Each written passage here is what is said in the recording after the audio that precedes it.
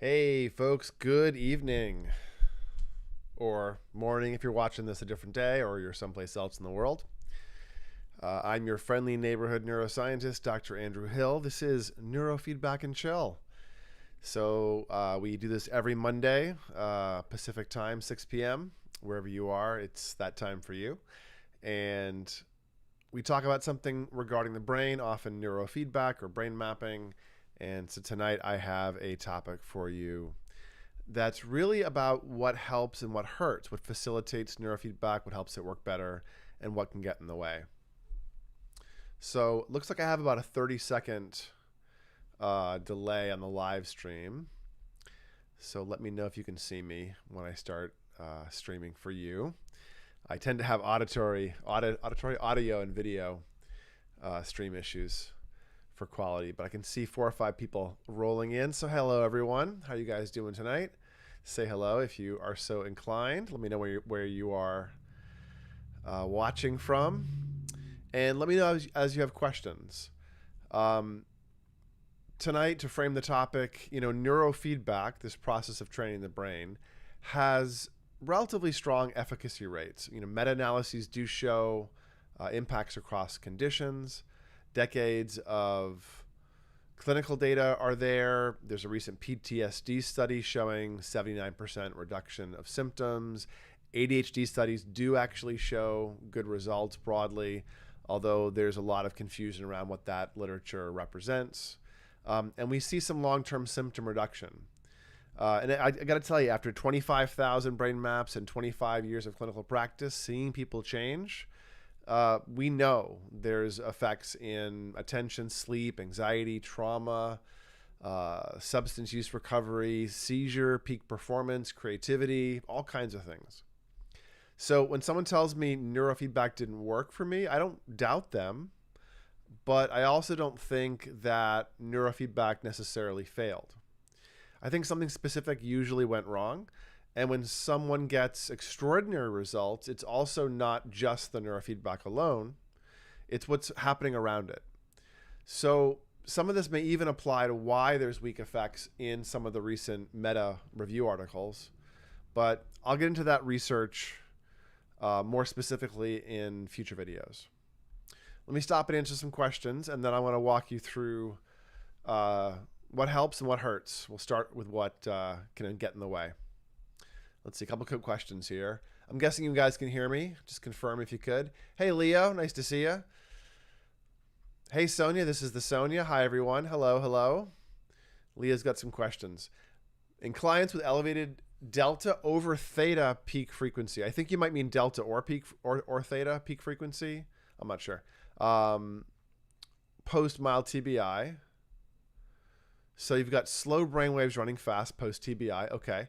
How do you debate between coherence training versus amplitude suppression first? Aha. So I think I have a video from about 6 months ago that talks about single channel versus 2-channel. And I believe I went off on a rant in that one about failure modes, but the idea of different tissues and how you construct signals to capture different resources in the brain. And this is sort of the same thing, Leo. Coherence itself, you probably don't need to train right away in general, but you also don't necessarily need to be suppressing deltas if they have high amplitude or they're running fast. What you need to do is use the QEEG signature to understand what's happening in the brain as much as you can, and that will then suggest training. In this case, when slow brainwaves speed up, the metabolic background tone is sort of pushing into the foreground, secondary to TBI. This is like a neuroinflammatory, perhaps, kind of signature. It shows up across things like illness and injury. Even apnea can produce this elevated amplitude and sped up delta. But it's to some extent the body doing extra work and not letting you stay in the brain mode, the mind mode, quite as reliably. And when this is happening, yes, the delta gets in the way, but it's a healing phenomena to a large extent. And you don't necessarily want to suppress that feature. Instead, think about what's going on. In that case, you might be dealing with dysregulated sleep and beta waves, or theta itself may be dominant, sort of as the big signature, or alpha might be dominant. And in that perspective, if you see those features, then you're relatively in a relatively safe place in terms of traditional neurofeedback, where you can manipulate those frequencies and get the circuits that are struggling to re-regulate a little bit. That will then help the brain sleep more when it's asleep, awake more when it's awake, and regulate that energy better, heal better, focus better. And SMR training also seems to work in general on a bunch of those post-concussion phenomena, like instability phenomena of sensitive sensory systems or vestibular systems. So, there's an argument there to be had as well. If you do want to think about going after the slow brainwaves directly, I would actually encourage you to think more about HEG, because then you're waking up the tissue that is sleepy, perhaps. You're not suppressing that healing, sleeping mode of the tissue. I hope that made sense.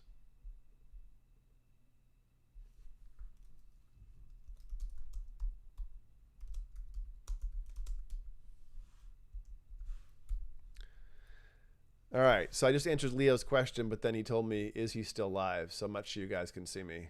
Hey, Jehan, I think I can see you guys. It says live. I'm looking at my YouTube monitor. I think I'm here. All right, answer a few more questions. Confirm, though, that you're actually hearing me talk, if you could. How often do I recommend getting a brain map? Sonia's asking. Along the way, over the course of neurofeedback sessions. It's frozen for you, Leo. That might be you, Leo. Might be you, Leo. All right, good. Thanks. You scared me there. So Sonia's asking how often one might want to get a brain map over the course of neurofeedback sessions, if you're going to be more than 100 sessions. It depends a little bit on how things are going, Sonia. What I'd recommend is getting one done at the beginning, and then every 20 to 30 sessions, roughly, would be great. Especially in the first couple rounds like that, you can generally see a fair amount of change in 20 or 25 sessions. And if you're dealing with some struggling, attention, anxiety, whatever, then it can be really important, really useful to track how you might need to change your approach as the brain really does get a lot of change.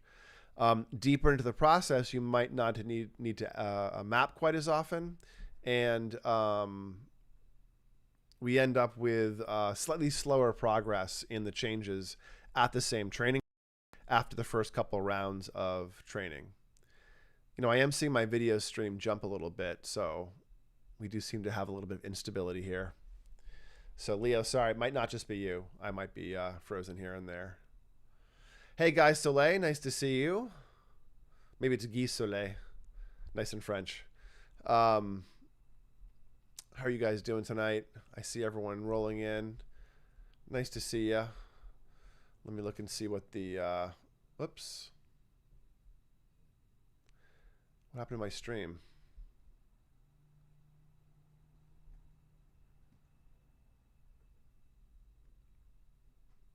Huh. Let's see. It says I'm still live. That's strange. Sorry, I'm not sure I'm still here.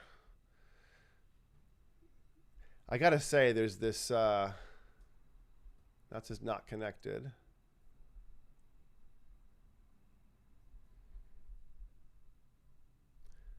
Let's see. Huh. Okay. Am I still here, guys? I see Radar's here. Radar sees and hears. All right, and it popped back up. It's working. So YouTube just, for a moment, dropped the window. I really need to get some professional software. Free software doesn't work. Going through YouTube directly doesn't work.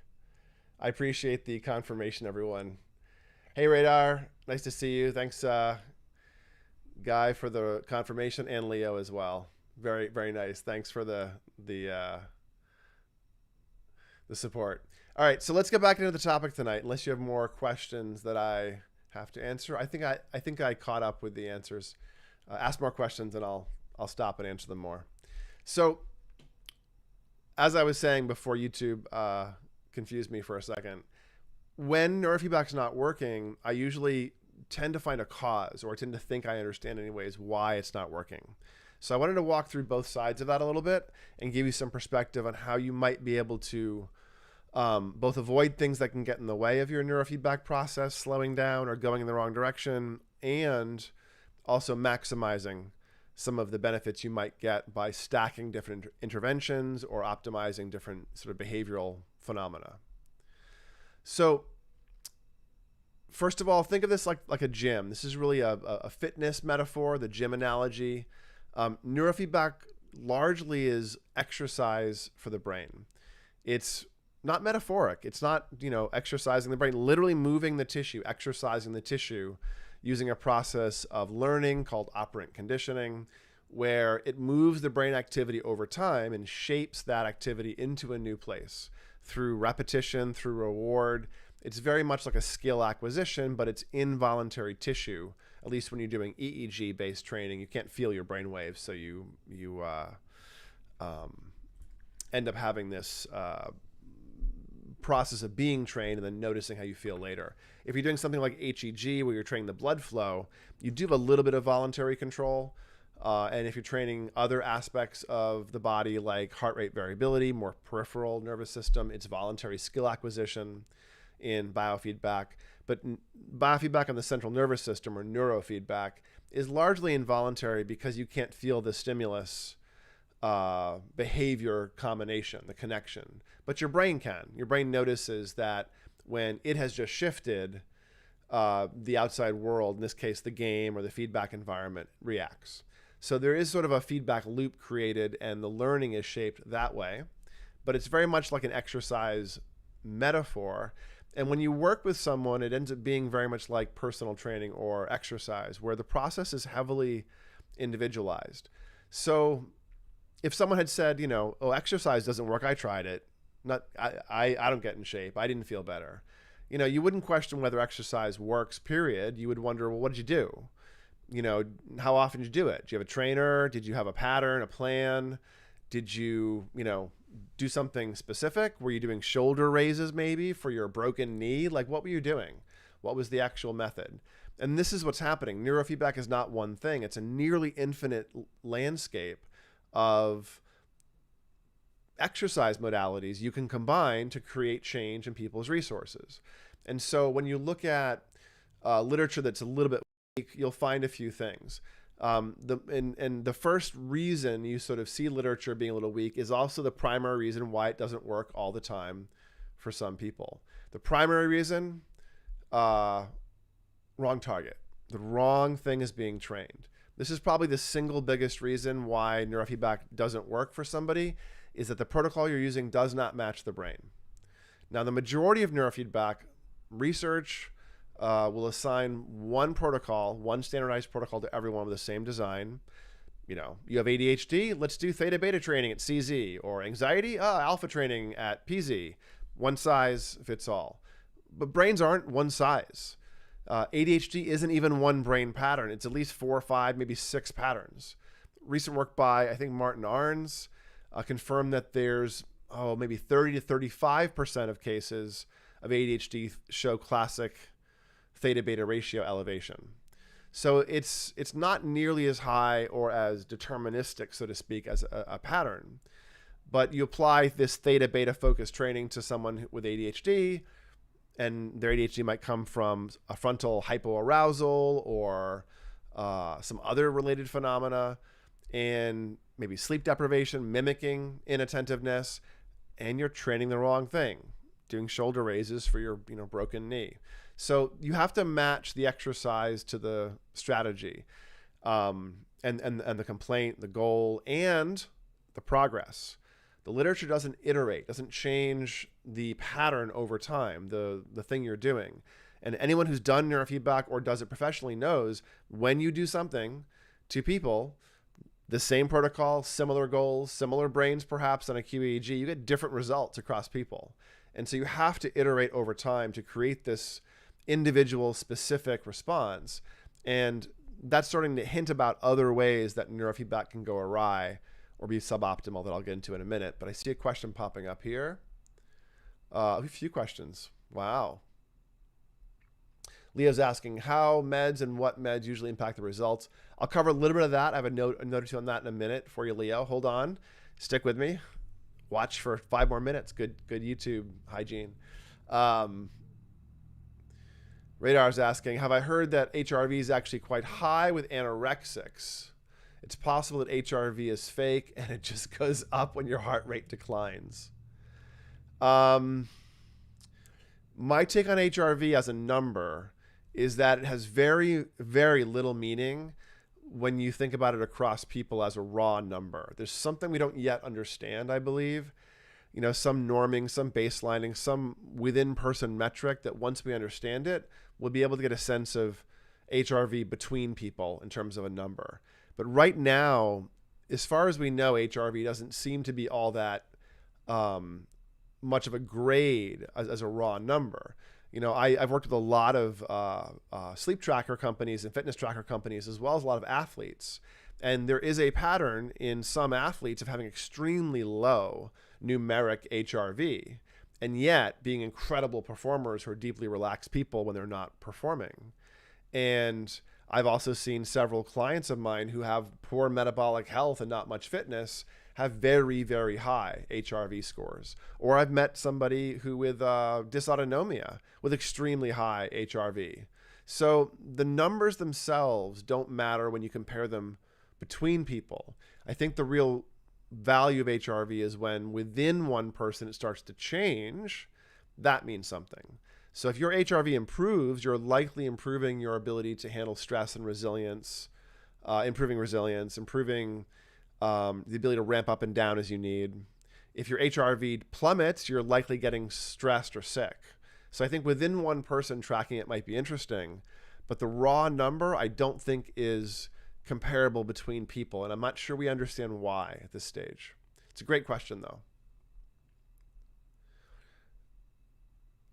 This is the Sonia's asking, could neurofeedback be linked to the digital games kids play daily as a form of brain training? Sure. Yeah. Even 20 years ago when I was working on the East Coast, we had little PlayStation 2 controllers hooked up, and the controllers were modified so that the steering and the X buttons and whatever else would fire proportionally, not 100%. And you plug the controller into an intermediate box, and the intermediate box into the game, the PlayStation.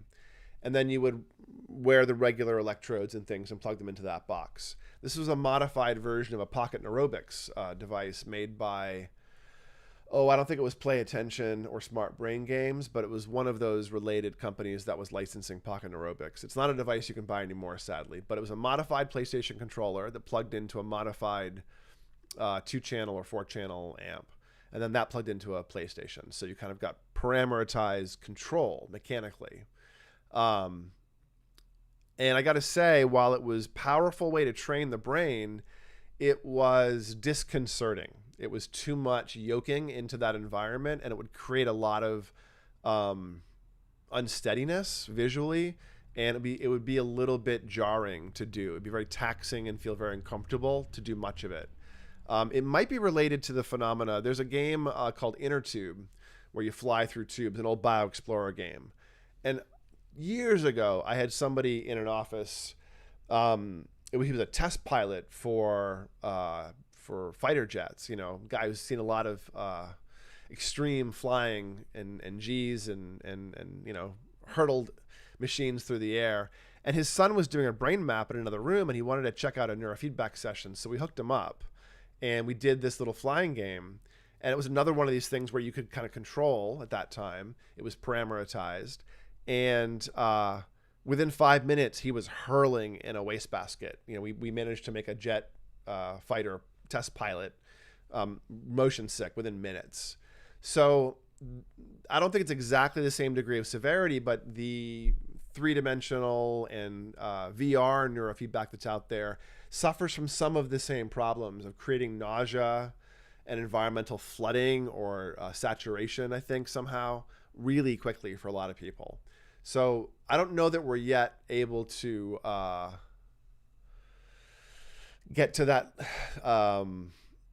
state of things in terms of gameplay, but Sonia, we could easily have something where neurofeedback is part of a game system kids play anyways, yes.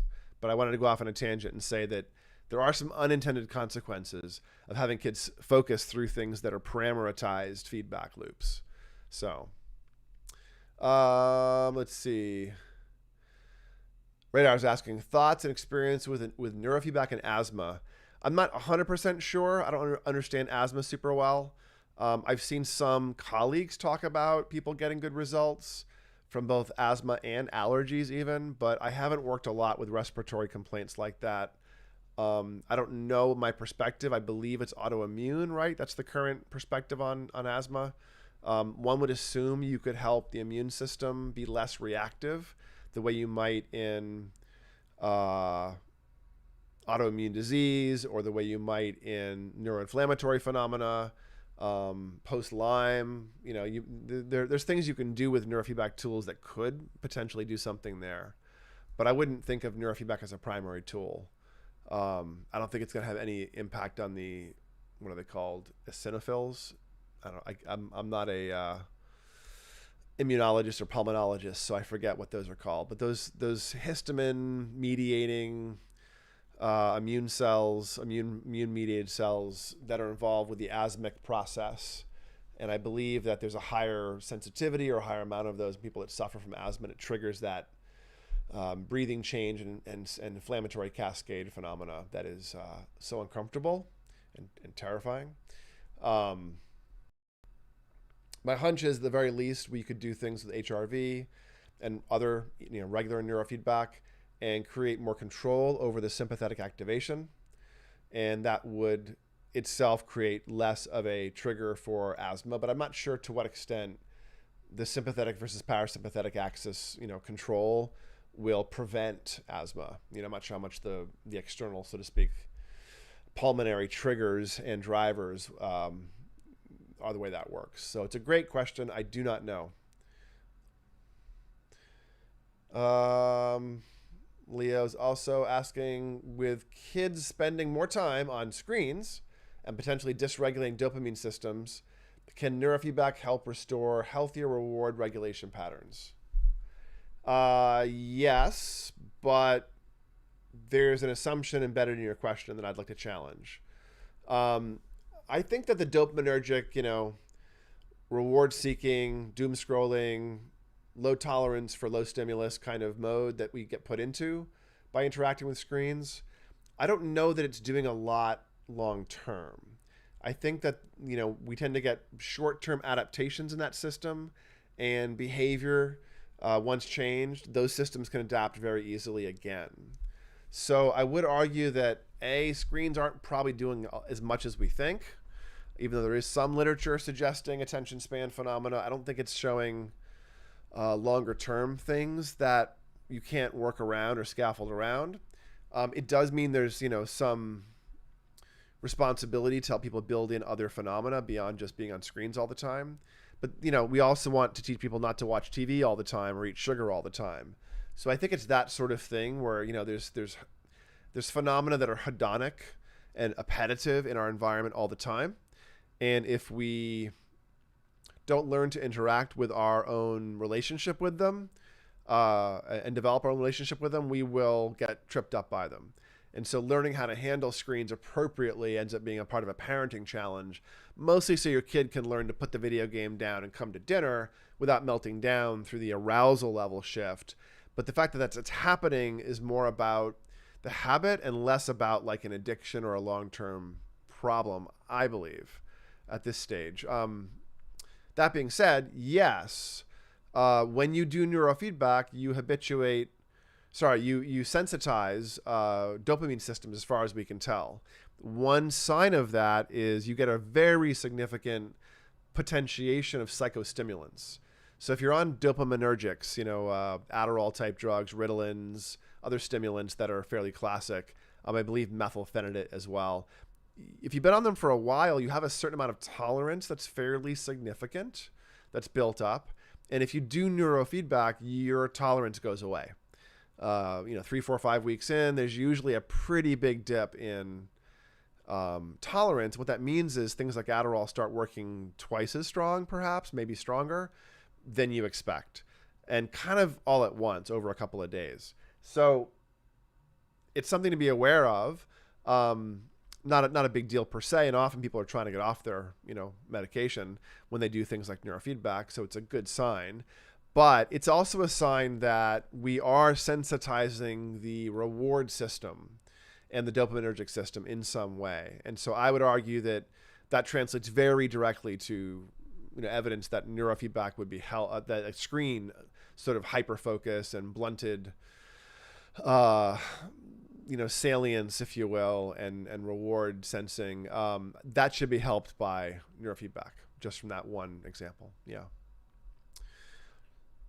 So back to the literature and back to, picking the right protocol. Not individualizing protocols is not just why people don't get always great results. It's also why the literature studies don't seem to reflect what we see in the clinics. I mean, studies tend to show 25 to 50% non-response. But I got to tell you, I don't see anything like that from me or other colleagues. I've done, again, 25,000 people's brain maps roughly, and response rates tend to show up in data, and they are fairly high if you can target the work you're doing to the person's EEG, to their phenotypes, their resting patterns. So there was a machine learning study related to this idea that predicted who would respond to neurofeedback off of resting EEG, pre-treatment EEG patterns. And they found an 80% prediction rate by matching patterns to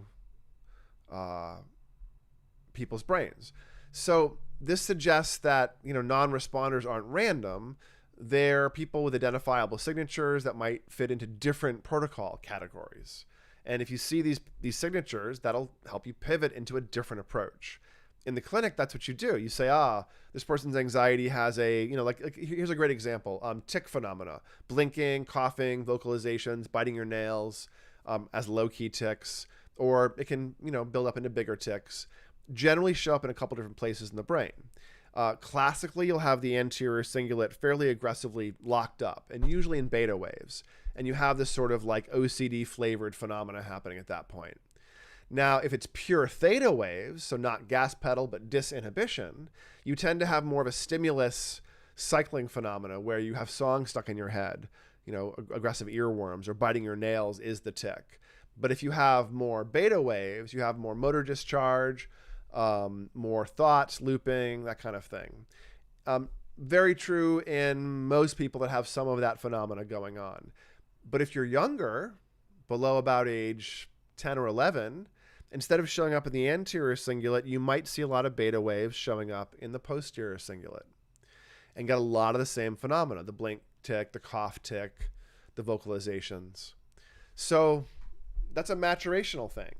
But there's a lot of variability across people. So if you're working with a 10-year-old or 11-year-old or a 12-year-old with a tic, do you know if it's frontal or posterior? And which one do you want to go after? And, frontal lobes aren't fully developed in children. And so you have to be very careful training frontal areas. You can get away with training the posterior areas a lot more easily. They're more thoroughly developed by that age. But you have to sort of know the brain you're going into to know what is likely to work. And so that is not done in research studies. It's also not done typically in poor clinics. When someone's not adjusting to you initially from the map, and then as you go, iteratively, based on what the person's experiencing, that's the other big failure point. So not having the right protocols to start off with really hurts, and not changing based on the reports you're getting is the other really, really big failure point. If you're reporting adverse effects, your sleep is eroding, you're feeling on edge, you're not feeling as sharp, and you're reporting that back to your provider, and they're not changing what they're doing, that's a problem. That's not the process of neurofeedback. This is personal training, not medicine. You don't look at a brain map and go, oh, it's one of those. here's the right assignment or prescriptive, approach to that. Instead, it's here's the person's brain. Learn about them, and that will teach you the direction that things will change in if you can understand what's happening based on their brain maps.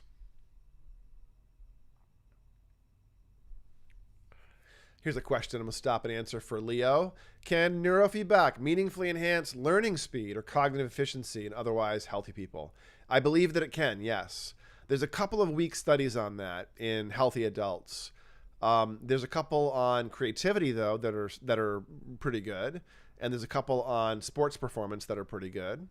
There's one on surgical performance that's very good in surgeons.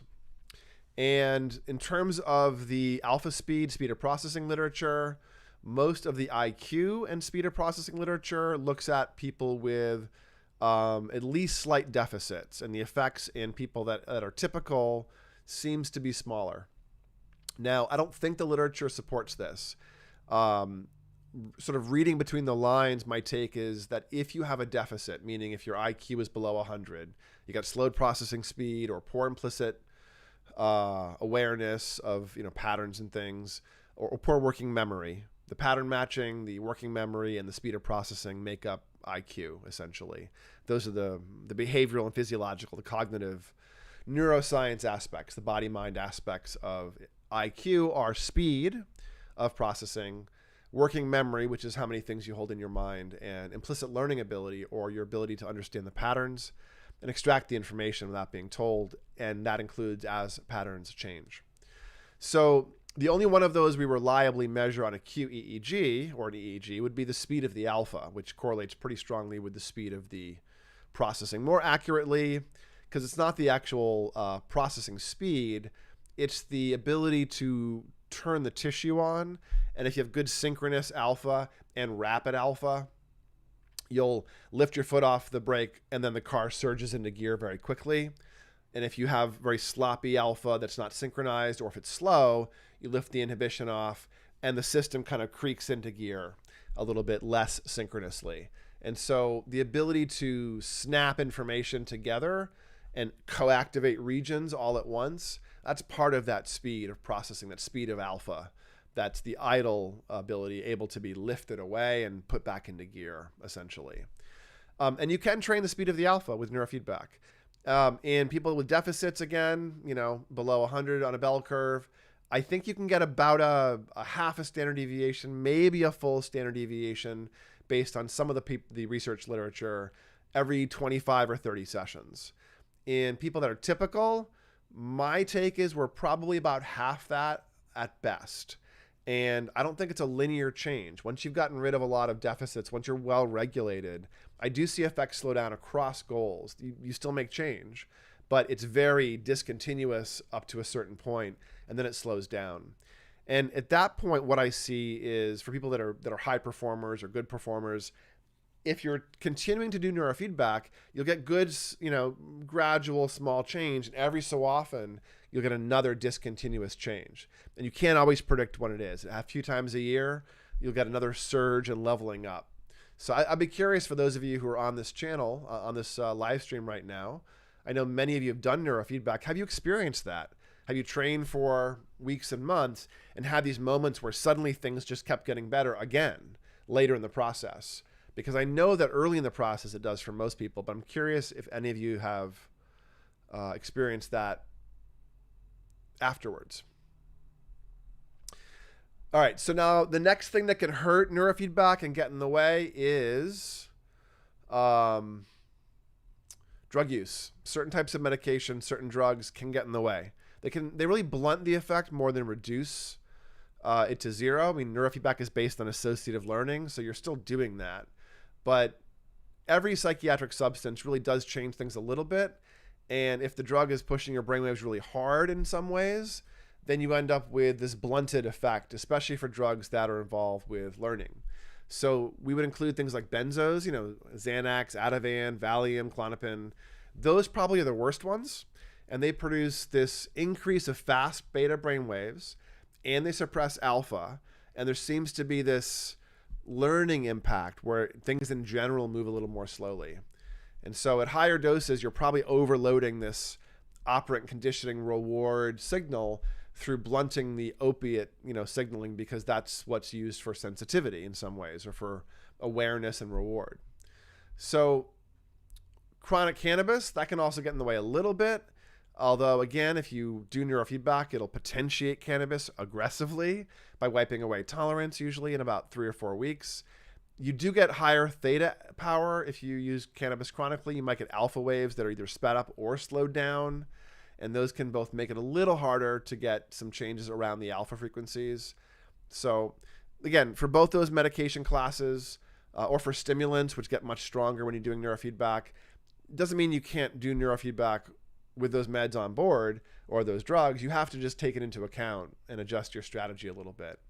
Now, any medication changes you make while doing neurofeedback, these take assessment. So talk to your doctor. Don't just do random things because you think you should, or some guy on YouTube told you to, or told you it was a good idea. It's a good idea to ask your doctor about these things. Don't just follow through on my ideas. All right, so we've talked about how not doing the right neurofeedback protocol, not individualizing, not changing as you go. We've talked about substances can get in the way. Another one is dosing, not speaking about medication, but about the intensity of training. There's no good literature on this, although this does match this sort of general learning literature, so we can hold that up to backstop these ideas. But I have heard people at conferences look at sort of case data and show the same kind of effect, where if you're training the brain with neurofeedback 3 times a week, the amount of change seems to be twice that of twice a week. If you're training the brain 4 times a week, it's slightly more, potentially. If you're training once a week, there may not be a lot of effect for some people. And I do see this in people that are a little bit flaky with their training. Instead of doing 30 minutes or building up multiple sessions a week, they'll kind of try to schedule 2 a week, and then they'll miss one every so often. So now they do 6 that month. Or if they are doing, training twice or 3 times a week, they're getting like 5, 8-minute sessions in, 10-minute sessions in, and they're complaining about it the whole time. So there is a dosing thing. You have to build up enough, and you don't just have to build up the actual session count.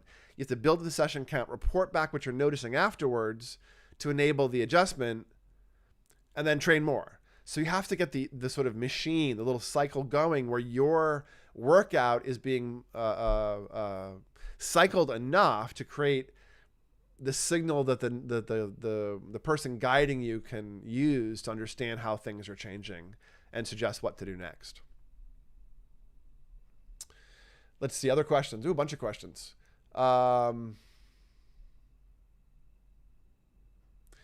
Leo saying, sadly, most physicians are clueless about neurofeedback. Most people are, sadly, yeah. Radar saying, I have experienced the effect of getting a sudden increase in progress, either training for a while, after training for a while. Seems to happen after training a lot and then taking a break for a week. Yeah. Yeah, I see that in people as well, who train and then who pause and then do it in sort of a pulsatile way. They'll often get a resurgent effect. And this is also true about people that train for just a couple of months, which isn't quite enough for a stable change. Usually I would say you have to do about 40 sessions minimum. And 2 months, it's hard to do that much and pace it properly. 25 or 30 sessions and get some effects, they will probably wane over several months. But my experience and other clinicians' experience is if people resume training even a year later, things kind of pick up where they left off. So the learning seems to be intact, even if the resource shifts being built up will wane after a few weeks off. Now, after you've done 40, 50, 60 sessions, there seems to be a much more solid floor. And as a couple folks here are testifying, you get these discontinuous changes that still pop up later on as you keep going. Just curious, Leo's asking, is there a neurological basis for spiritual experiences that neurofeedback can influence? I think there's 2 questions there. Is there a neuro basis for spiritual experiences? Ecstatic, religious, trance kind of experiences? Sure. In fact, if you look at my YouTube channel, I did a brain map on a medium, Susan Grau, recently, and she was doing a reading on somebody. And we did a real-time QEEG, a real-time EEG really, more strictly speaking, and looked at her brain under resting conditions and during her practice. And her brain showed what many other people who are long-term meditators, spiritualists, psychics, mediums, a lot of what they show when they go into an altered state, which is a state that looks mildly dissociative while remaining very, very present. So Acid for Squares is the podcast. You can look at the most recent episode if you want to get a little hint into at least what one practicing medium shows in her brain. I flash up a couple NeuroGuide images in that podcast as well, so you can see some QEEGs. But yes, Leo, there's a basis for that experience. We don't know it fully. We don't understand it fully, but we know it's mid-temporal. There's been some thought that temporal lobe epilepsy and the religiosity around that may be related to pure religious experience. There's some thought that the laterality of the brain, consciousness and the breakdown of the bicameral mind, Julian Jaynes. What is that? I'll find it for you. Julian Jaynes. Yeah, consciousness, I got it right. Consciousness in the breakdown, the origin of consciousness and the breakdown of the bicameral mind. This is the idea that the left and right hemispheres came together to produce more complicated consciousness at some point, and that may be the basis for things like spiritual entities speaking to us, maybe the non-dominant hemisphere giving us language, giving us insight, giving us spiritual, artistic, emotional depth. So that may be part of what's going on. Don't know. Radar's saying, you get featured on a lot of TV shows, Doc. Must be a perk of having a practice in Los Angeles. It is a little bit. More than just being in LA, Radar, it's that I've been doing neurofeedback for 25 years. And I talk a lot about neurofeedback, and therefore people want me to talk a lot about neurofeedback. I've also got a PhD in neuroscience, and I can talk fairly intelligently about the brain in any way you wish. You know, any topic you want about the brain, I can kind of hang and give you the neuro perspective. That's my stupid human trick, is explaining things to people, I think. So I enjoy talking about neuroscience in general and neurofeedback, brain mapping. I also really enjoy teaching people to understand their brains. And I think that comes through in podcasts. So that ends up turning into, you know, a TV show here and there or a podcast here and there in a nice studio. But yeah, Cody Blue Snyder, Tanya Dahl. Cody Blue is the son of Twisted Sister Dee Snyder's frontman. And Cody's a sweetheart. He and his wife, Tanya, do this Acid for Squares podcast, which is... it's out there. It's all about psychics and ghosts and UFOs and shamans and fringe experiences. So, you know, have a neuroscientist on. No, and what we did, you know, I did an episode earlier, about a few months ago, maybe last year, which was me talking about neurofeedback. So you can watch that one as well. But people loved it, apparently, the idea that you can learn about your brain. So they brought a medium in, and we did a live reading of her. And this is also a little bit related to, I did one with Tyler Henry, the Hollywood medium, maybe 8 or 9 years ago now, where Tyler came into the Peak Brain office with Dr. Drew Pinsky and with Steve O. And Tyler did a reading on Steve O with a cap on his head, and Dr. Drew and I sat in a different room, kind of doing a newscaster play-by-play or sportscaster play-by-play on the live data as it streamed by. So that was several years ago, and I've had, you know, more than a few psychics and mediums and shaman types come in. I also come from an interesting community in the East Coast, people who are, you know, definitely in that end of the pool, and several of my friends have come in and got their brains mapped, and I'm starting to see a pretty interesting pattern in these extraordinary brains. And that is true of both the unusual extraordinary, things we would consider esoteric or fringy, you know, mediums and psychics and shamans, as well as long-term meditators, Tibetan monks, people that spend, you know, their lives doing traditional contemplative practice, priests. There's a certain signature that you see that's not too far away from people doing esoteric absorption contemplative practices. So I think they're probably adjacent. And to some extent, in some sports people, you'll see intense focus phenomena that has almost dissociative properties while being alert. So I think we're seeing this extraordinary brain state that people can move into. And maybe I'll get more chances here being in LA. I don't know. So I'd rather be on a mountaintop living in a farmhouse somewhere. But for now anyways, Los Angeles it is. So I mentioned the dose response stuff. 20 to 30 sessions doesn't quite do it. 30 to 40, 40 to 50 seems to. Frequency also seems to matter. I think doing 3 times a week is the most bang for the buck, the most effect for the fewest sessions, the best intensity.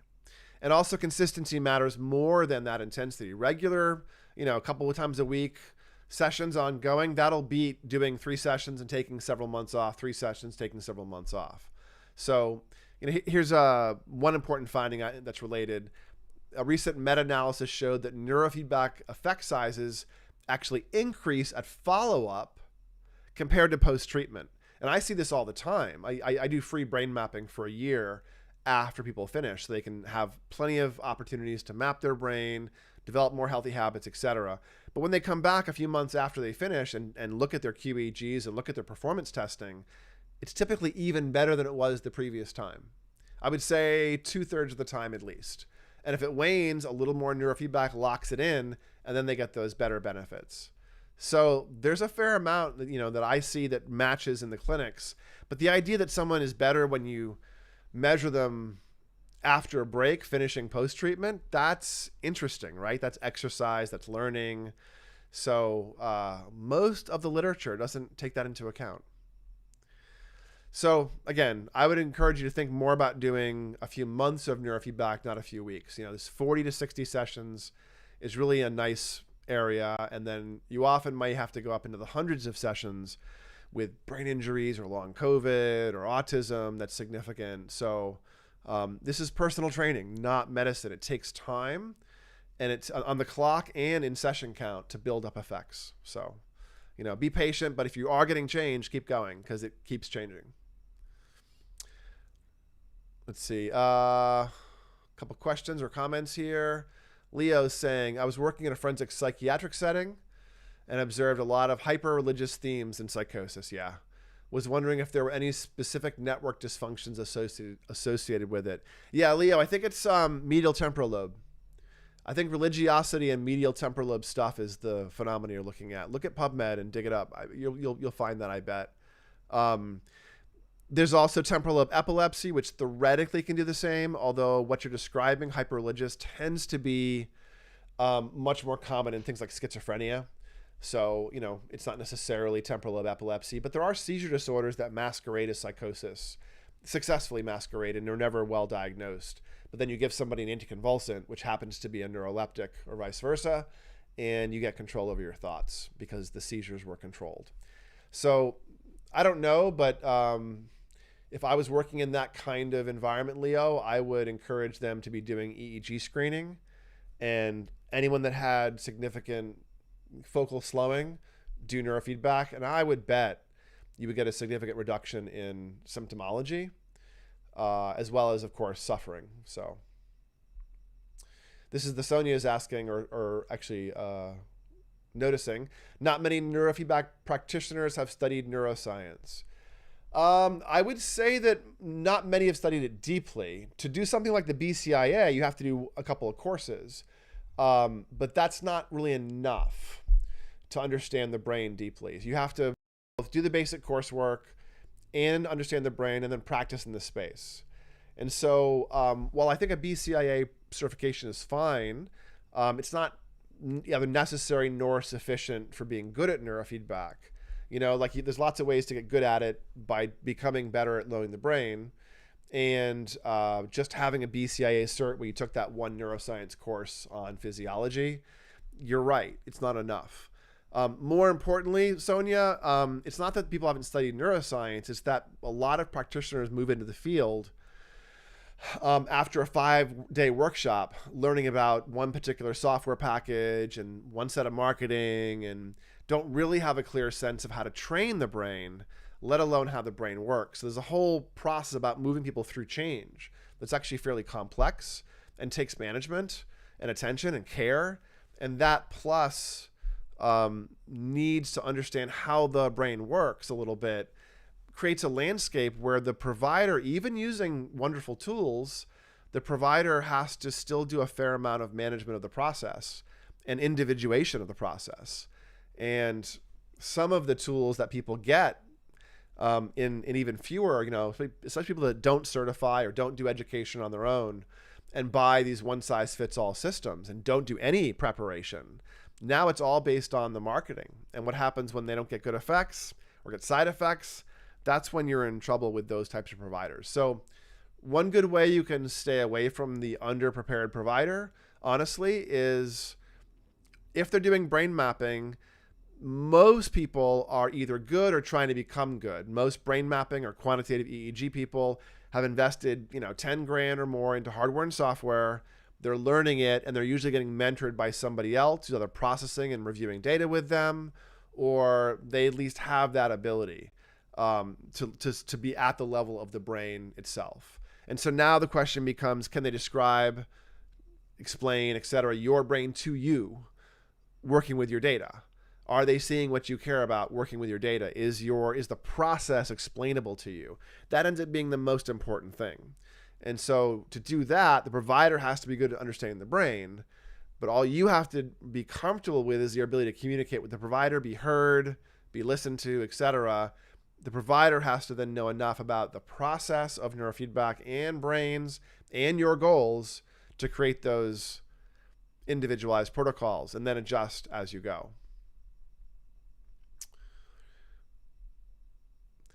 Radar Ashwood's sharing, you have a friend with temporal lobe epilepsy who's a very strong atheist. Interesting. Okay. I support that it can influence strong beliefs on religion, either for or against, and he agrees with me. Interesting. Very interesting. I had no idea that you can get an atheistic response, perhaps, from TLE. Huh. Okay.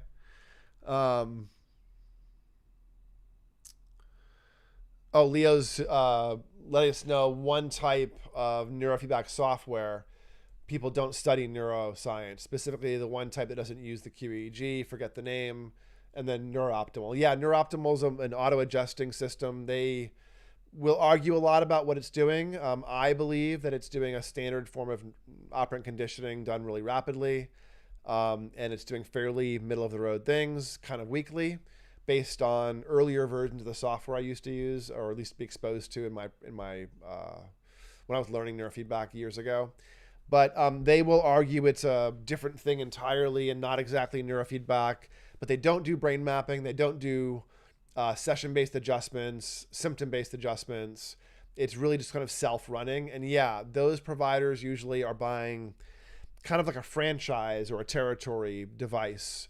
They're not really buying tools to do neurofeedback with. They're buying a black box and hanging a shingle and renting it, basically. So yes, stay away from providers that are not doing assessments, that are not communicating with you well, that are not explaining your brain to you.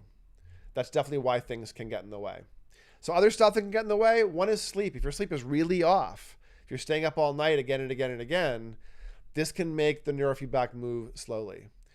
There was a study in over 9,000 pre-adolescents. It showed that sleep disturbance directly disrupted the function of their brain, the functional connections, the internal wiring, and this disrupted wiring is exactly what neurofeedback requires to help the retraining process move. So if poor sleep is breaking all this up, it makes some sense that you wouldn't get rapid change. And I see this, when people come in for sleep complaints, we usually see really strong change. Every so often when there's years and years of really entrenched sleep issues, it's really hard to get that movement. And, it's because they're not sleeping enough to learn, basically. So, besides sleep, other broader lifestyle chaos, this might be erratic school schedules or life schedules, chronic stress, poor diet. These might create baselines where your learning phenomena might slow down. So those are the things that can hurt. What can help? On the flip side, sleep. Hacking your sleep is the number one thing you can do. Fast before bed for 2 hours. Let your melatonin rise. Let your blood sugar drop. This means much more growth hormone once you're asleep. If you go to bed with any food in your system, No growth hormone for you. You'll end up with elevated elevated blood sugar. It's hard to release insulin after melatonin comes out. It suppresses the pancreas. So you end up with the end of the day melatonin, insulin drops. We have the urge to snack because that makes us store food. Evolution, yay. But it causes a problem if you have access to food every night. And so you end up with shallow sleep and dysregulated deep sleep. So fast before bed, that growth hormone pulse comes out, gets sucked into deeper sleep, and you wake up in the morning with a much more clean signal, a bursting cortisol, bursting blood sugar that wakes you up. Fast before bed, but get up early. I don't care when you go to bed. Doesn't matter. Get up early every day, 7 days a week, nice and early, 4 or 5, 6 in the morning, at least an hour before sunrise or so. Half an hour will do it. Half an hour before or after, there's a certain color of light in the sky that creates better circadian entrainment. So that's really the absolute window. But I think it's important to get up really early every day of the week and to teach your brain about time by doing that. So you don't need to fix your sleep before starting neurofeedback, but you do need to pay attention to it and try to get on the shifts over time. Couple questions here. Leo's asking, do I still have an office in New York City? Yes, Monica is in New York City in Manhattan. Monica Kim runs our New York branch. She can do brain maps for you there Monday, Wednesday, Friday, and neurofeedback as well. And she serves as a remote coach for a lot of the neurofeedback people all over the Northeast. So they come in and see her for brain maps. I review them. We build plans together, and then we check and iterate plans for people all over that part of the world. Yeah. So yes, we're in New York City still. Radar's sharing, my introduction to neurofeedback was neuroptimal. It definitely helped me, but my practitioner knew nothing about neurofeedback. She told me it's based on mathematics. Nice lady though. Yeah, that's the thing. If you're middle of the road-ish, you might get good results or adequate results from a system that's not adjusting. But if you are not typical, if your needs, your suffering, your goals are not middle of the road, this is where I think things can go awry if you're not heavily individualizing to the person based on an initial brain map and then changing based on subtle adverse effects. Because you do get subtle adverse effects in systems that auto-adjust too, but your only choice is then to continue and push through them or give up. And that's not the right choice. The side effects should tell you something about how your brain is working, about what the protocol is doing, about the protocol itself, if it's the right protocol. And that's useful to help you design and dial in what actually works. So, all right, what else helps? Exercise. Exercise brings up plasticity, and neurofeedback does too. But neuroplastic changes require metabolic resources, oxygen, glucose, blood flow. So getting in shape physically changes your brain. What else helps? Meditation also brings up plasticity. The act of anchored attention dramatically brings up plasticity in the brain, prevents the cortical loss of tissue with aging, all kinds of amazing benefits. In my experience, if you meditate and do neurofeedback, you get more than twice the impact of brain change than doing one or the other. They might even multiply. So very, very strong effects. In fact, I have a lot of clients of a certain, let's say, call it an avatar, a certain type. And this is the burnt out CEO who comes in, or the high powered business person who comes in their 40s and 50s, fairly wealthy, very successful, ridiculously stressed, usually a little bit of anxiety creeping up, touch of obsessiveness, might be a little bit of substance use, but more it's the burnout, the chronic stress, the really severe, just not feeling good about grinding ahead all the time. So you do a few months of neurofeedback, they feel amazing generally, sleep's great, they're not a jerk to their wives or their husbands anymore.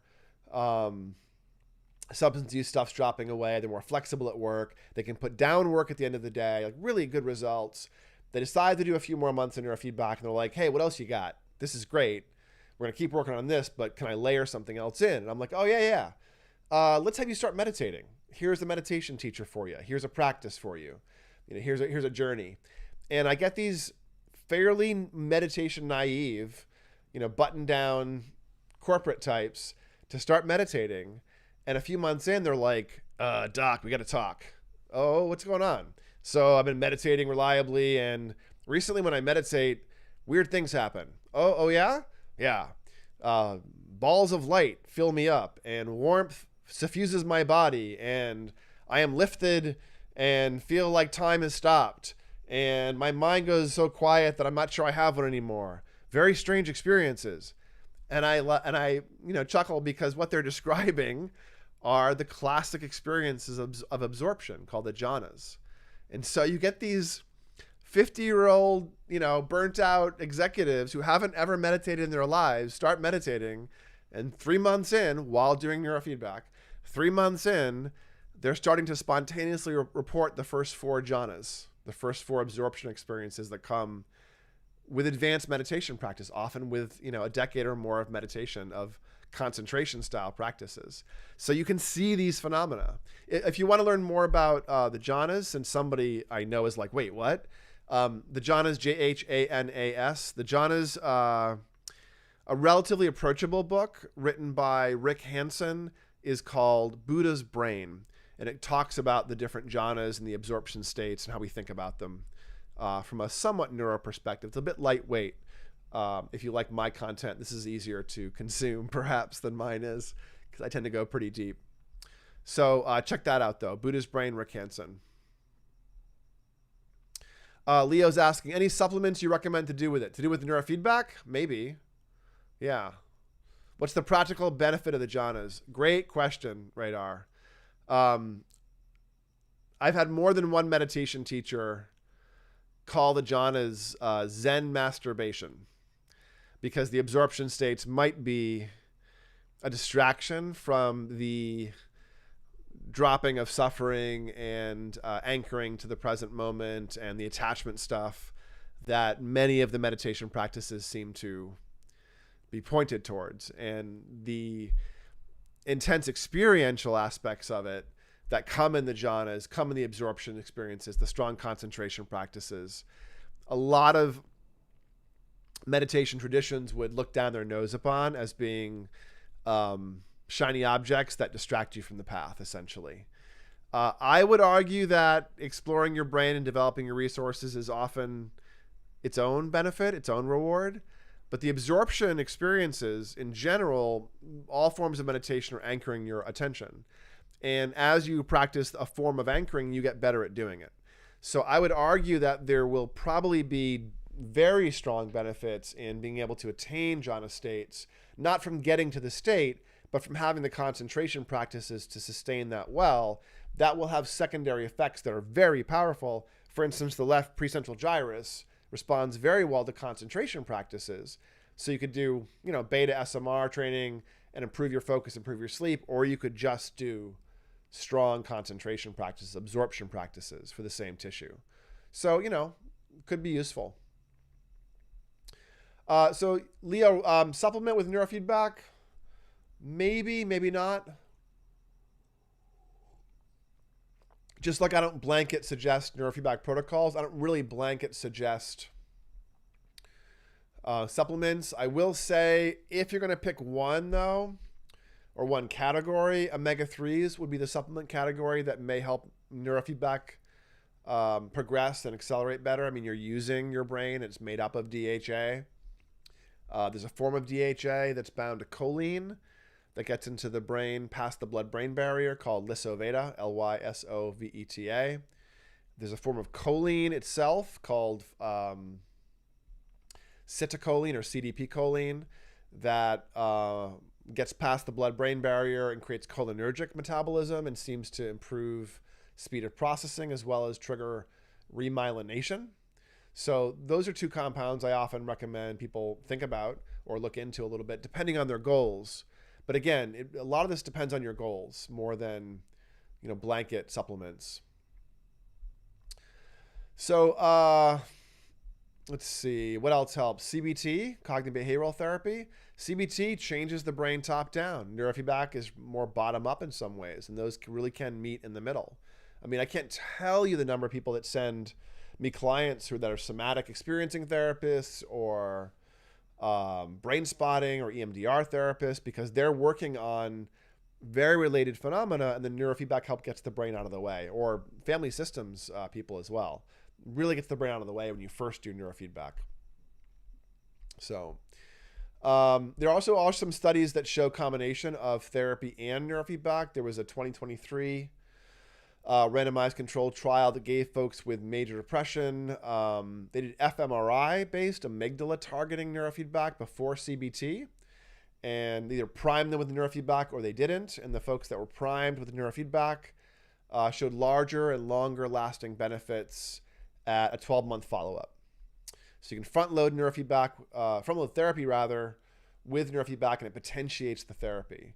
Then there was a study last year in ADHD that combining neurofeedback with cognitive training produces broader executive function changes than either did alone. So neurofeedback boosted the working memory, while cognitive therapy drove the inhibitory sort of control, the context and content of the control. So these are complementary, not redundant. And if you're in therapy and doing neurofeedback, they're probably helping each other. I've already kind of alluded to this, but what also helps is communication. It is key.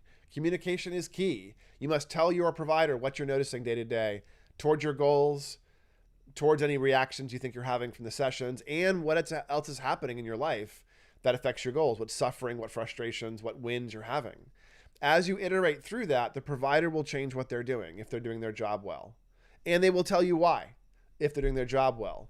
And you end up being in control of it, because your experience is what matters, not what someone thinks of your brain before they start working with you. So report everything. Be a squeaky wheel. You fall asleep faster. You wet the bed if you're a little kid. You find yourself super hungry. You fall asleep, on the way home. Tell the provider everything, even if you aren't sure it's neurofeedback. This will help them understand you better and help them get better effects. All right, so 2 more things to talk about that you can stack. HRV biofeedback does seem to stack well with neurofeedback. I often do HRV before the EEG training. And then hyperbaric medicine, HBOT, for metabolic support, and hormetic stressor kind of healing response stuff. Thing about hyperbaric, my opinion on it, which is not everyone's, is dive last. If you're going to do hyperbaric medicine in one day, it should be your final intervention of that day, and it can really mess with neurofeedback otherwise. So neurofeedback and then diving is fine. I also think that doing 2 atmospheres at 90 minutes, breathing in high flow oxygen is the way to go. So soft chambers or less than 1.8 atmospheres or not breathing in high flow oxygen really are not doing the same thing. And so 2 atmospheres, high flow oxygen, 90-minute dives, 5 in a row, up to 20, over a month. If you feel like you got hit by a truck after climbing out of a chamber, something is wrong and you've exceeded your oxidative stress or oxidative capacity. And talk to your provider of your hyperbaric medicine. They will have some IV place to send you to get a custom bag of antioxidants and B vitamins and that kind of stuff. So be sensitive to depleting yourself when doing something like hyperbaric. But in general, when it comes to neurofeedback, hyperbaric sort of backfilling the oxygen after you train seems to accelerate the changes you get from neurofeedback. You can also accelerate in a similar way using things like HEG, where you train the infrared blood flow. It's kind of creating another metabolic support. Potentially, I don't know if it creates the same degree of support, but I do see some combination. The red light therapy helmets, mine's not in reach, but I have a neuronic helmet, and you can wear, a helmet that streams in high frequency red light, near infrared light into your brain, and creates a spinning of those mitochondria as they ramp up their electron exchange. So I do think this probably also supports things like neurofeedback and other brain interventions. So in closing, the foundation stack would be sleep, nutrition, and exercise. Then the metabolic infrastructure that I just mentioned around heat and light and oxygen potentially. Precision analysis, QEEG brain mapping, individualized protocols of neurofeedback, and then clinical iteration over whatever your interventions are. Not guessing, but iterating based on the targets you see in the assessment data and adjusting based on the clinical approach you have. And then 20 to 40 sessions minimum, 3 times a week if you can, consistent enough for the brain to make a good consolidated change. And then you can amplify the effects with mindfulness, with therapy, with HRV biofeedback. And these are tools that really can compound what neurofeedback does. And then so can talking to your provider deeply, constantly about what you're experiencing. So neurofeedback, powerful on its own, but inside the right environment, really transformative. And you get to control a lot of that environment. All right, a couple more questions here. Let's see. Sonia is asking, there is a YouTube channel that claims neurofeedback can improve autism symptoms by up to 20% at most. Could I have your thoughts on this, please? Yeah, sure. Depends what you're talking about when you mean autism symptoms. There's no real autism per se as a single diagnostic category, nor is it one phenotype or one set of complaints for any individual. So there's also many different things we think about fitting into the autistic perspective. I actually did a live stream 2 weeks ago that talked about different flavors of autism that potentially seem to be different aspects of the brain involved. But what I see in autism in neurofeedback is that if receptive language is relatively intact, we get good changes overall. If receptive language is not intact, then you get regulatory changes only. You get changes in, sensory stimming and seizure and sleep and bedwetting, and those things do change. And 20% is conservative. I think you get a lot of change. The seizure literature alone, which looks the same in autistic and non-autistic people, is 50% reduction average, and 5% of people get complete control over seizures. So pretty big. Or things like repetitive behavior. That's a fairly tractable target for neurofeedback. But if you have somebody who's high functioning autism, and what you're talking about is really executive function and hygiene maybe, or social cueing, eye contact, social anxiety, that kind of stuff. Well, now I think you have a lot of ability to make fairly classic change where you can just make changes to the anxiety, the sensory, the social, and work on. Now, I tend to bring other tools on board when someone has an autistic type set of challenges. The HEG is very much in my list of tools when someone has that need. I find it makes more change than without it. But you can absolutely make change, and I would say that 20% is maybe only true in the absolute most severe people who have the most acute phenomena and the least function. And some of that is because it's hard to get the training done. So I've even seen change in very profound autism create massive changes in sleep quality, eye contact, seizure, bedwetting, more self-driven behavior. So, I don't know. It's always case by case. People are so individual in their complaints and their challenges, but 20%, that undersells what I see, I would say, across people. So, yeah. Leo's asking, telling us these insurance companies need to start covering neurofeedback. Yeah, yes and no. I mean, yes, they should, but it's hard to do, and it's going to remain personal training even if they do. And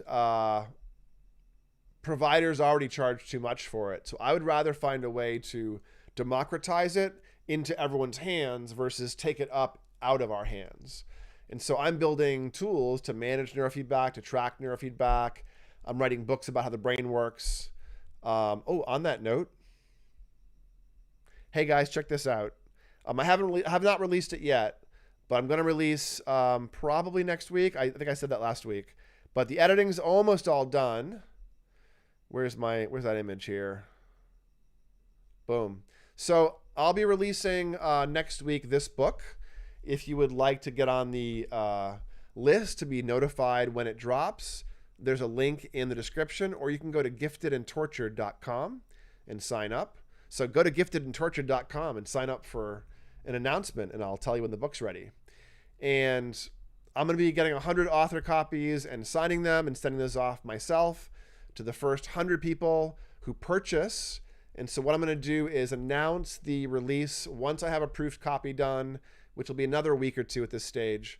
And once I have those 100 copies in my hand, I will personally sign them and send them off to you for the first 100 people.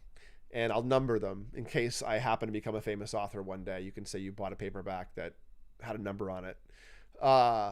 But no, if you want to buy the book or support my writing journey here, this book is about the phenotypes that can create some of the things we all suffer from. You know, the executive function phenotypes, the anxiety ones, the social and sensories, these phenomena that tend to cramp up across diagnostic criteria. They don't fit a diagnostic label, and yet they often are related to things that we give labels to. So this book is all about how you can use your gifts and some of these resources that create executive function issues, anxiety, sensory issues, but sometimes they are gifts and sometimes they are torture, you know, the superpower becoming the kryptonite when you can't regulate it. So this book is coming out fairly soon, and I will be happy to send you a copy if you're one of the people that jumps in on the first 100. So let's see. Leo's saying, Peak Brain, you guys are on another level. The way you collect data, fine-tune protocols, and stay accessible is rare. I trust you completely and wouldn't go anywhere else. Oh, thanks, man. I appreciate it. We are happy to be on your team. For those of us who hire us to be on your team, you'll discover that we are accessible as Leo is supporting us, or plugging us anyways. Every client gets their own private Slack channel, so you have 7-day-a-week, 12-hour-a-day access and expectation of getting quick answers to your questions. We help you review papers if you want. We help you look at non-peak brain data if you have any. We help you pick protocols in life, like exercise or supplements if you're trying those, in addition to providing brain mapping. So a plug for Peak Brain. If you want your brain mapped, anyone who watches this live stream or comes on YouTube can do an annual membership at Peak Brain for $250, which is half price, to get unlimited brain maps. And that includes New York City. We have West Palm Beach, St. Louis, Los Angeles, or Orange County. And you can use the same deal, an effective $250 for a single brain map in our European office in Stockholm, or 200 quid in our office in London. So if you want a brain map and want to see your brain and would like me to talk to you about it and go over it with you, you can do that there and just let us know and we'll get you set up with a brain map. If you want to do neurofeedback with us, I have some special deals available where we do multi-month programs. We send out equipment to you. We work with you fully remotely if you wish, or you can come do neurofeedback with us in the offices as well. Let's see. Big congrats on the book, Dr. Hill. This is the Sonia. Thank you, Sonia. Leo's sharing, wow, congrats. Looking forward to obtaining a copy. Thank you, Leo. Really appreciate that. Radar Ashwood, what kind of qualifications does someone have to have if they want to be a trainer for Peak Brain? It's a great question. We've remained relatively small, Radar. So in spite of us having multiple offices, it's a relatively tight-knit group of people, and I've trained almost everyone. About 90% of our staff I've trained directly, and most of our staff has worked with us for a decade at this point. So we are going to at some point offer Peak Brain branch extensions where we have new software coming out to manage the process of neurofeedback. We have some tentative software that I'm developing to do things like HEG to replace some holes in the field. And as those tools get more better developed, I'll be able to offer facilitation of neurofeedback in an infrastructure way more than a direct way. And so then I'll be moving more and more into letting people use the Peak Brain sort of process and brand in their own little companies if they wish. And so not really a franchise, more of a brand extension. So if you're interested in that, get in touch. But if you wanted to work in a physical Peak Brain that we're opening, we open them up very, very slowly. And if you want to work in one of those, what we need is somebody generally that has at least a bachelor's, although most of our staff have masters and a few have PhDs. And we need some experience working with people that are hard to deal with, because people's suffering is hard to deal with. So if you have experience with autism and anxiety and ADHD, you've worked inpatient, you've worked in crisis, you've been a coach in a human performance coaching landscape, you'd be a good employee for this kind of work. But Peak Brain's still evolving our business model. We're not really hiring at the moment. Well, actually, that isn't true. I do want to hire somebody in London. So if you're in London and you're watching this and you're interested in neurofeedback, ideally already experienced. London is one of our satellites where we don't have much of a staffing presence. And so I want to hire somebody already experienced, if I can, to run local neurofeedback sessions. We have somebody doing brain maps for us right now, but I want to reopen the sort of pop-up we have there for local neurofeedback. So if you're in London and you're looking to do some neurofeedback, let me know. Let's see. Leo saying the cat behind you is hyper-focused as you speak. Are you hyper-focused? Are you hyper-focused? Are you hoping I'm going to come feed you? Yeah, she is. That's my smart cat. I have a smart cat and a dumb cat. She's a scaredy cat, though, too. You wouldn't know it, but she's half Savannah. She's a African kind of half-breed. But she has this, like, completely scared kind of demeanor. She's ridiculously intelligent and nervous all the time. But she's also one of these cats where she'll play fetch all day long, and she talks to you, and she follows commands. You can't pick her up. Actually, wait, I think she's a dog. She just looks like a cat, at that stage. Anyways, thanks for noticing, Leo. Radar's saying, what if I have a bachelor's in an unrelated field? That might be fine, Radar. It really depends on preparation and experience. And in terms of peak brain specifically, assuming we stay in the same path of growth, peak brain will probably go from, the Dr. Andrew Hill show with 5 or 6 physical offices and 80% remote into a much larger play at some point. I mean, one thing we will want to do is take on some investment, go in to become a multinational, and suddenly have, IT department and marketing department and clinical therapy department and all kinds of different, staffing. So as we grow, watch for that Radar. And I would say that growth presents opportunities. Right now we would have to get people that already have experience in neurofeedback, likely have a bachelor's in a semi-related field at least, and deep experience. But stay in touch about that. Leo finally obtained his MD. Dr. Silva. Da Silva, nice. Doctor, congratulations. Good job, good job. Yeah, you should come back and work with us. We definitely need a few doctors. I don't think we have any MDs right now working for us. We could use one, actually. We should talk about becoming our medical director. You can open up a satellite where you are, perhaps, if you want. We could definitely talk about that. Guys, we've run a long one tonight. You've all been hanging out. I can see a few of you are still live, which is amazing. Thanks so much for hanging out. Do me a favor if you're made it this late in the video. Like and subscribe. Share the video with your friends. Tell your friends about the book. Buy a copy of the book for your friends when it comes out. Go to Amazon and leave a review when it comes out. That'll help me so much. That's the number one thing you can do. It's like liking and subscribing on Amazon, on YouTube. The equivalent on Amazon is leaving a review. That will get the book surfaced, essentially. So that's something I'll be asking for in a couple of weeks once you have those books in your hand too. This is the Sonia. Any chance to consider opening an office in Northern California? Yeah, absolutely, Sonia. The thing about Northern California is you're so close that we do remote brain mapping and remote neurofeedback, and our clients up there either do remote work or they pop down and see us. I also have a former peak brain person who's got her own. She's Dr. Tolentino now, Dr. Jessica Tolentino, and she's up in the Bay Area, and she can do brain mapping and direct work with you as well. So I have colleagues up there if you need. But yes, we would open up an office up there if we had a partner that wanted to anchor the office.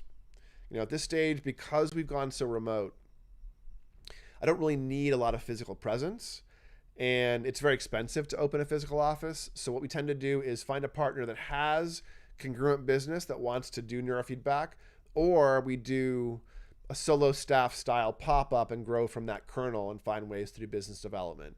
But yes, at some point, would love to be in the Bay Area, would love to be in Boston. There's a few other places would love to be in the US. And I think we're gonna be opening up in some other places in Europe as well this year, aside from Stockholm and London. So Ginger, hi Ginger, nice to see you. Do you have experience in treating learning disabilities like dyslexia, dyscalculia, etc.? Some. Those don't move that well. When there's true dyslexia or true dyscalculia, you're dealing with different organization of tissue, and you don't usually get big changes in the symbol manipulation ability. Now, what you will get are changes in executive function, anxiety, frustration tolerance, ability to sustain focus, that kind of stuff.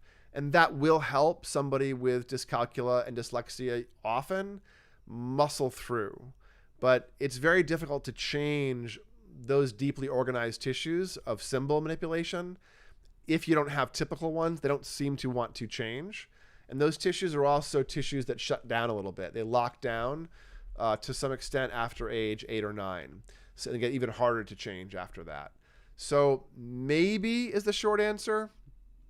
I have seen some change, but that's a place where I would set my expectations relatively low, is in classic dyslexias and learning disabilities. Now, I would have more expectation in reading ability, stuttering, memorization of math.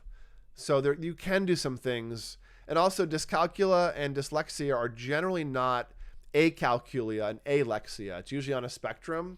So while you may have reduced function in math or language resources in symbol manipulation, not always. And it's not complete typically. And you might have asymmetric, meaning some people have acalculia. I have acalculia, for instance.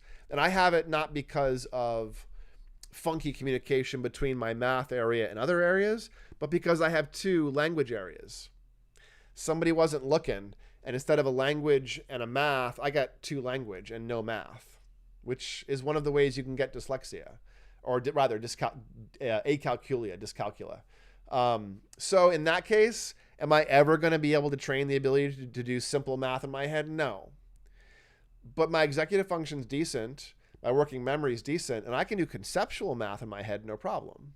I just can't add, subtract, multiply, and divide unless you want errors. For those of you who don't know what dyscalculia or acalculia feels like, imagine that math is a foreign language you're never going to fully understand. You kind of know it, and you're translating in and out of it constantly whenever simple math is required. And you're okay at it, but there's lots of opportunities for mistakes, and you don't notice when they happen. Simple math never becomes automatic in true acalculia or dyscalculia. So I hope that was helpful, Ginger. I hope that gave you a good answer to your question. Wow, 90 minutes tonight, long live stream, and I even managed to get going on time. Shocking.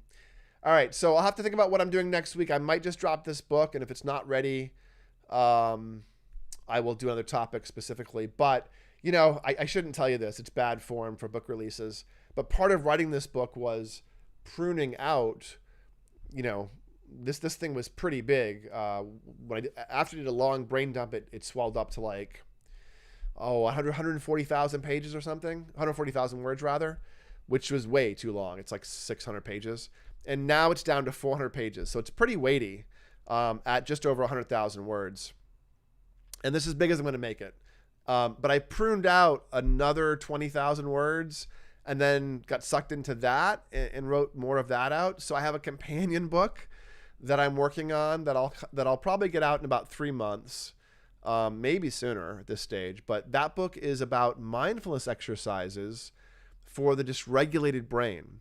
So mindfulness for different flavors of anxiety, executive function, autism, etc. And it gives you different mindfulness approaches, and it digs in more deeply. This book here teaches you about how the brain works a little bit, and it does have some practical guides. I have a section of mindfulness in this book on sleep hacking, on developing a better relationship with substances, on a few things. But I then broke out a whole nother guide on meditation and mindfulness and went hard on it. So I'll have that for you later on. If you are interested in me talking more about meditation and mindfulness, please add a comment in this video or another, or just let me know somehow. And I might surface that content for you a little faster, basically. Otherwise, sign up for this book release if you want to get an email letting you know it's available, and you'll have access to an initial pre-release page, or I'll be doing direct fulfillment for the first 100 copies. And after that, I'll be redirecting that page to Amazon, and you can buy it there or whatever bookstore you want to go to. Leo's sharing, Elon Musk needs one so he can stop his Neuralinks. He needs some neurofeedback. Yeah, maybe. Meditation techniques would be great. Marigold Energy. Nice to see you, Marigold. Wonderful. Meditation techniques would be great. Wonderful. Yeah, I can cover some of those. I think I will stick, if you read this book or even read the outline of it once it hits Amazon, you'll discover that I'm reframing a lot of these big features we see in the QEEG, these things we call phenotypes, as more discrete characters who live in our brain. The idea of a CEO and a lifeguard and a stabilizer and a supervisor, the princess and the P, which is the right tempo-parietal junction. And these phenotype patterns can dominate, can cramp up, can get in the way a little bit. And the meditation book, the mindfulness book, covers how to do meditation and mindfulness for those different individual types of dysregulation. And so it really does flow from the idea of phenotype understanding into phenotype management in the second book. So Ginger's asking, would you say that thinking and intelligence are based more on brain anatomy or connectivity between regions? Great question. How did you know you have 2 language regions? Did you ever experience gifted kid burnout? Okay, a few questions there. We think it's probably related to information density more than brain anatomy. So speed of processing and connection density. One of the signs in the literature we know about that is that chaos or entropy, there's a measurement in the electrical signal of the brain in the EEG, which is called entropy. And it's literally a measure of how many microstates exist in the EEG at one time. And the amount of microstates that exist correlate with intelligence. So the faster and quicker and the more you can think, maybe, seems to be the high correlation there with IQ. But earlier in the night, I talked about speed of processing, implicit learning, and working memory. I also did a whole live stream on IQ, I believe, or on intelligence that you can look back on if you want to search in the YouTube channel. How did I know I have 2 language areas? I got my PhD in a laterality lab with Dr. Aran Zaidel at UCLA, who's famously known for assessing each hemisphere separately. He has the lateralized attention network task, the LANT, which is a lateralized version of the Posner flanker task. We have to identify if an arrow is pointing up or down, and there's flankers on either side of it, and you have to sort of report on the direction of the arrow, and the flankers above and below it are either congruent or incongruent with the arrow you're looking at, and that creates cognitive conflict. And there's some spatial things there. Seidel was a big evaluator of hemispheric specialization, and among other things, we did auditory tests using binaural presentation. Ba, da, ga, pa, ta, ka. If you play 2 auditory sounds at once and then report which one you hear in one hand, you can end up telling which hemisphere is processing auditory information. And I could do it with either hemisphere pretty reliably. And had a few other weird brain things. Dr. Leo Fernandino was in my lab getting his PhD at the time and did a study looking at the P400, the N400, the error-related negativity that happens when you notice like a grammatical error or hear like a word out of context. They'll sort of like, weird grammar kind of response inside. He was flashing sentences up on a screen really rapidly, and I had to say if they were grammatical or not, very, very quickly. And he ran through, the idea was to do them too rapidly for someone to follow and start stressing the system out. And he ran through 400 trials in a few minutes, and my brain was able to identify the grammatically, like the sense of the sentence every single time, probably because I have 2 language areas. And I also read kind of fast. When I was a kid, it was several hundred pages an hour. Now it's down to a couple hundred pages an hour, without too much stress, without pushing my reading. So I absorb visual, verbal language information really quickly. And once I got to grad school, I kind of figured out why. So yeah, I did have some kid burnout. Sure, more ADHD than anything else, but that created its own flavor of burnout back then, in a pre-neurofeedback time frame. Well, guys, thanks so much for your attention tonight. Really fun hanging out with you and answering all the questions. Do me a favor, like and subscribe. I'll see you next week. Until then, you take care of those brains. I'll talk to you soon. Bye.